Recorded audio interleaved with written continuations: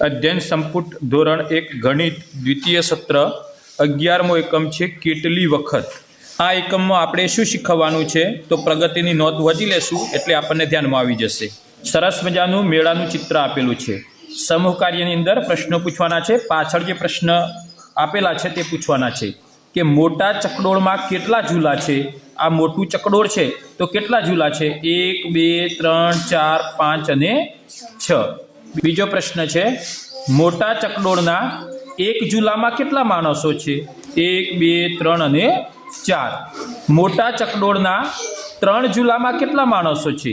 1 2 3 4 5 6 7 8 9 10 11 12 એટલે 4 3 વખત એટલે 3 झूलामां 12 माणसो थाय।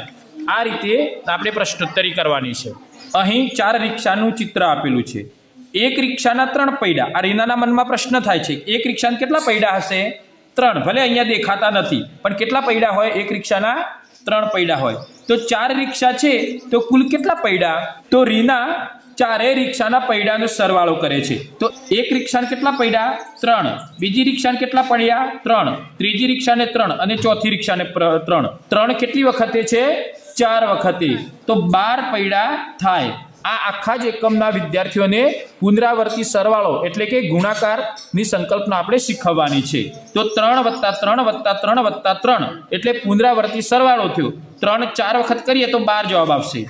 4 रिक्षाना पૈડા 12 थाय। केटला फूटर पेजनी अंदर 76 लखवाना छे तो आपणे जोई अने 76 आ प्रमाणे लखी देवाना बधा ज चौरसनी अंदर। आगळ चित्र आपेलुं छे। एक हरोळमां 6 कार छे। 1 2 3 4 5 6। आ हरोळमां पण 6 कार छे। 1 2 3 4 5 6। तो 2 हरोळमां કેટલી કાર થાય? 6 અને 6। તો વિદ્યાર્થીઓ ગણશે તો 1 2 3 4 5 6 7 8 9 10 11 12। તો 6 અને 6 12 થાય। કેટલા થાય? 12। 6 2 વખત એટલે 12। 6 કેટલી વખતે છે? આ 1 વખત 6, આ 2 વખત 6। તો 6 અને 6 12 થાય। એટલે 6 + 6 કરીએ તો શું જવાબ મળે? 12। એને ગુણાકારની ભાષામાં ઘડિયાની ભાષામાં 6 2 વખત એટલે 6 દુ 12 એમ પણ આપણે કહેવાય।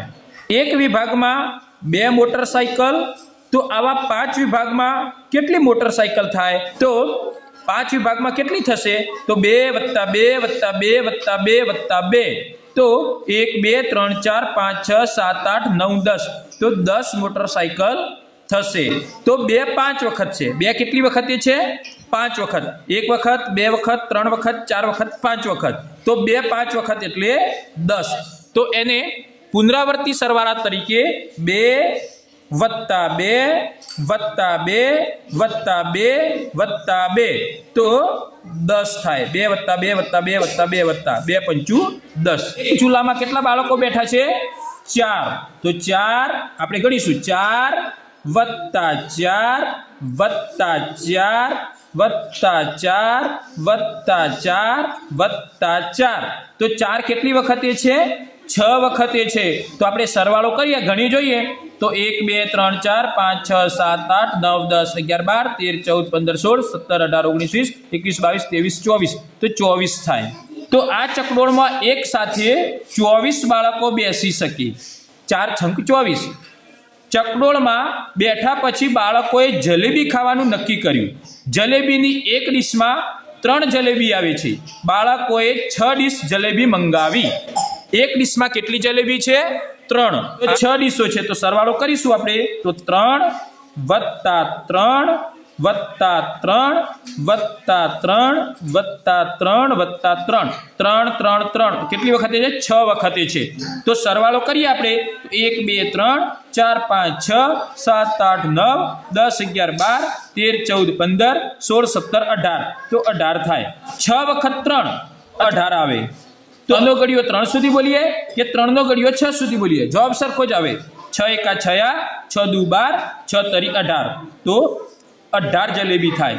કુલ જલેબી કેટલી? 18। જુઓ ગુણાકારની નિશાની આવી હોય, આવી ચોકડી જેવી। જુઓ સરવાળાની નિશાની કેવી હોય? ઊભી લીટી આડી લીટી। બાદબાકીની નિશાની ફક્ત આડી લીટી અને ગુણાકારની નિશાની ફક્ત ચોકડી, એને ગુણાકારની નિશાની કહેવાય. અત્યારે આપણે ગુણાકારની નિશાની યાદ રાખવાની. જ્યારે ગુણાકાર કરીએ તો બે સંખ્યા વચ્ચે આવી નિશાને આપણે લખવી પડે. હવે બાળકો મેળાની અંદર દુકાનની અંદર જાય છે. જુઓ, એક જોડીમાં બે રેકેટ, અહીંયા રેકેટ આપેલા છે. આપણી સ્કૂલમાં છે ને રેકેટ? હા, તો રેકેટ એક જોડીમાં કેટલા રેકેટ આવે છે? 2. તો 9 જોડીમાં કેટલા રેકેટ? તો સરવાળો કરીએ આપણે તો 9 વખત કરવો પડશે. 2 વત્તા 2 વત્તા 2 વત્તા 2 વત્તા 2 વત્તા 2 વત્તા 2 વત્તા 2 વત્તા 2. 1 2 3 4 5 6 7 8 અને આ એક જોડી એટલે 9 વાર. તો 2 9 2 નો ઘડિયો 9 સુધી બોલીએ તો 2 9 18. આપણે જો સરવાળો કરીશું તો પણ 18 થાય. જુઓ, 1 2 3 4 5 6 7 8 9 10 11 12 13 14 15 16 17 ને 18. તો 18 રેકેટ થયા. 9 વખત 2 બરાબર 18. એટલે 9 નો ઘડિયો 2 સુધી બોલવાનો. 9 નો ઘડિયો 2 સુધી. 9 દુ 18 કાં તો 9 2 18. કુલ રેકેટ કેટલા છે? 18 છે. તો જોડી કાર્ય છે. અહીં એક બોક્સમાં કેટલા રબર છે? 2. તો કેટલા બોક્સ છે? 1 2 3 4. 2 4 વખત. તો 2 વત્તા 2 વત્તા 2 વત્તા 2. તો સરવાળો કરીએ આપણે. 1 2 3 4 5 6 7 8. તો આ રીતે સરવાળો લાંબો થઈ જાય. 4 નો ઘડિયો 2 સુધી બોલીએ તો 4 દુ કાં તો 4 2 8 રબર થાય. 4 દુ 8 4 2 8. કુલ રબર કેટલા થાય? 8 થાય. અહીંયા ફૂટર પેજમાં 79 આ રીતે લખી દેવા. અહીં પેન્સિલ લીધેલી છે. એક બોક્સમાં કેટલી પેન્સિલ છે? 3. તો કેટલા બોક્સ છે? 1 2 3 4 5.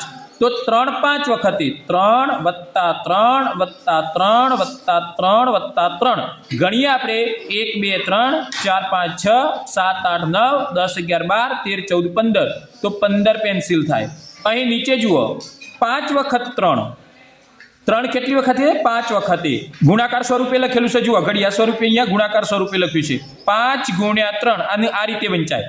જુઓ, 5 ગુણ્યા 3. 5 તરી 15 પેન્સિલ. તો કુલ પેન્સિલ કેટલી થાય? 15.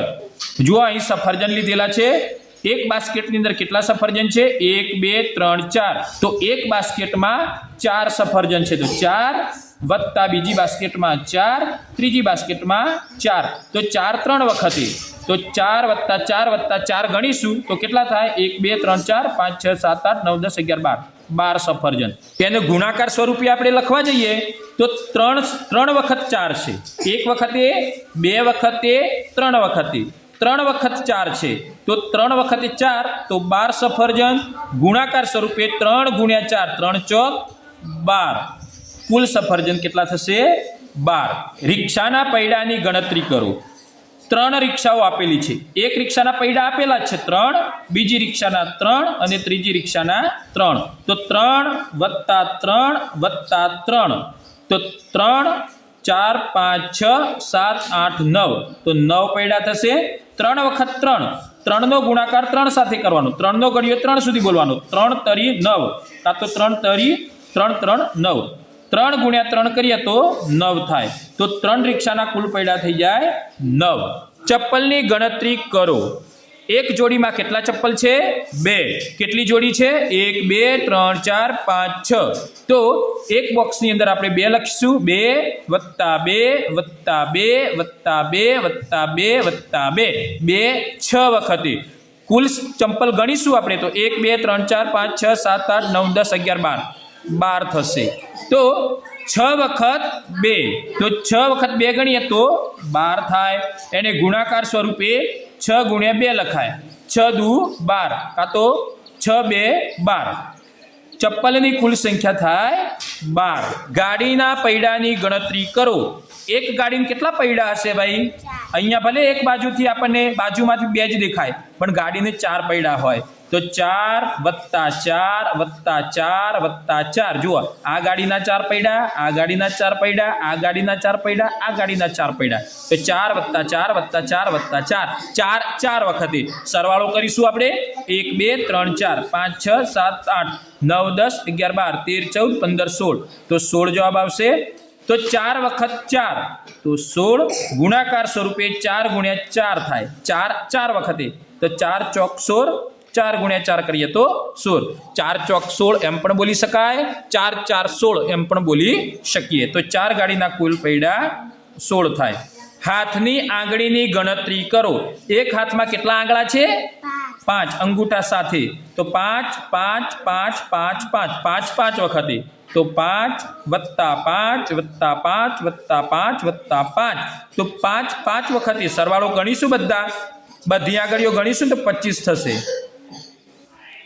1 2 3 4 5 6 7 8 9 10 11 12 13 14 15 16 17 18 19 20 21 22 23 24 25 તો 5 વખત 5 તો 5 વખત 5 કરીશું તો આપણે 25 ગણ્યા તો એનો ગુણાકાર સ્વરૂપે 5 ગુણ્યા 5 5 5 25 કાં તો 5 ગુણ્યા 5 25 5 5 25 5 હાથની કુલ આંગળીઓ થઈ જશે 25 થાય। એક લંબચોરસ અંદર કેટલા દડા છે? 1 2 3 4 5 1 2 3 4 5 તો 5 5 ના 3 જૂથ આપેલા છે તો અહીંયા લખીશું 5 + 5 + 5 દડા ગણીશું તો 15 થશે તો 3 વખત 5 3 વખત 5 1 વખત 2 વખત 3 વખત તો 5 3 5 15 એટલે 3 નો ઘડિયો 5 સુધી બોલીએ કાં તો 5 નો ઘડિયો 3 સુધી બોલીએ 15 આવે 3 5 15 ગુણાકાર સ્વરૂપે આ રીતે લખાશે 3 ગુણ્યા 5 3 5 15 3 5 15 તો 3 બોક્સમાં 15 દડા થાય। અહીં શિક્ષક માટે ખાસ સૂચના આપવામાં આવી છે કે વિવિધ મૂર્ધ વસ્તુઓના જૂથ બનાવી ગુણાકારની સંકલ્પના સ્પષ્ટ કરો। અનેક પ્રવૃત્તિઓ વર્ગની અંદર ખૂબ બધી પ્રવૃત્તિઓ કરી અને આપણે વિદ્યાર્થીઓને એ સમજાવવાનું છે કે કોઈ પણ એક સંખ્યાને વારંવાર પુનરાવર્તી રીતે સરવાળો કરવાનો થાય તો એને સરળ રીતે ગુણાકારના સ્વરૂપે આપણે એને જવાબ મેળવી શકીએ એને ગણી શકીએ।